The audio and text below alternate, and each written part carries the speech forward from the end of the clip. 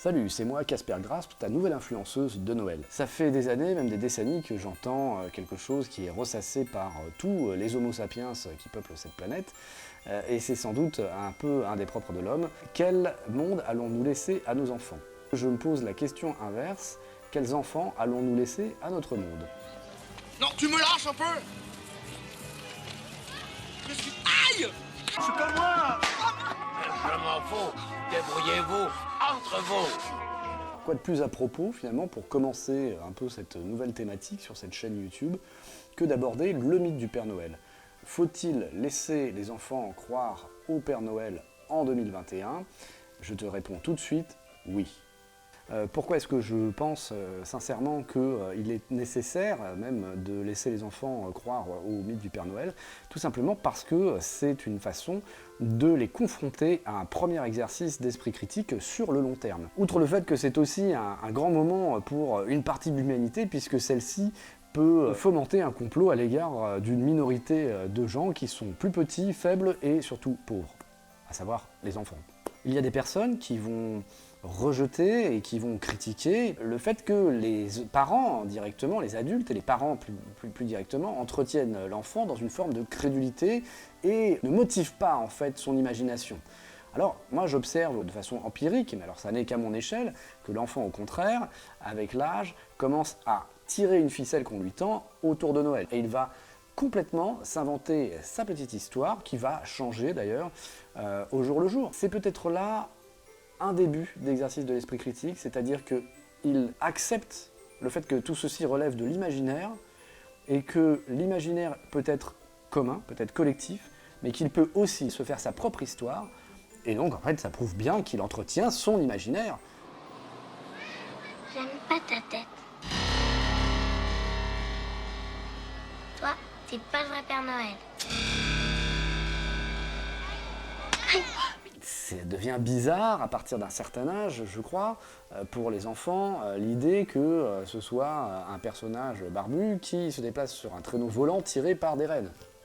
Il n'y a à peu près aucun sens là-dedans.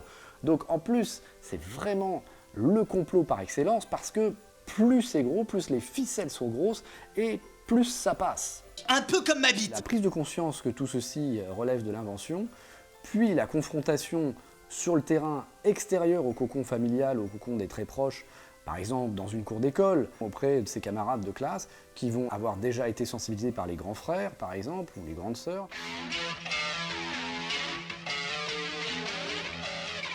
Tu vois pas qu'ils te répondent toujours la même chose? Comment tu t'appelles? Quel âge as-tu? Est-ce que tu as été sage? C'est vraiment un truc pour débiles. C'est toi, débile, tu crois en rien.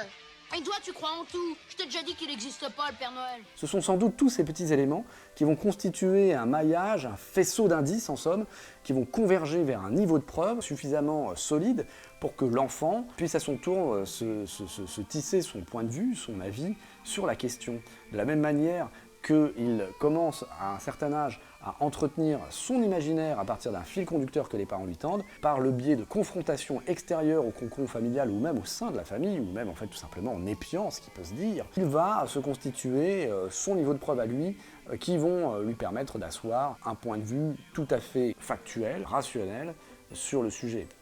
Pour l'enfant, c'est aussi une manière de s'ouvrir au monde, de comprendre que la magie, ça n'est pas que le Père Noël qui vole sur un traîneau, mais c'est aussi le rite initiatique finalement aussi à l'esprit critique que peut constituer le rassemblement familial annuel à l'occasion de ces festivités de fin d'année. Et c'est sûrement ça qu'il faut retenir, l'engouement des adultes autour de cette période où en plus les jours touchent à leur durée la plus courte de l'année. On essaye d'entretenir ce côté joyeux, les illuminations extérieures et intérieures chez soi peut-être, participent pleinement à ce qu'est la magie de Noël. Il y a aussi bien sûr toute la symbolique que représentent ces petites lumières dans la nuit qui durent de plus en plus longtemps et qui permettent finalement de garder espoir vers une période où les jours se remettent à rallonger.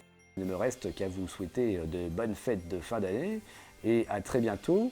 On reparlera des enfants que nous allons laisser à notre monde et je l'espère très prochainement sur plein de petites thématiques que j'ai préparées. Donc rendez-vous en 2022. Bisous.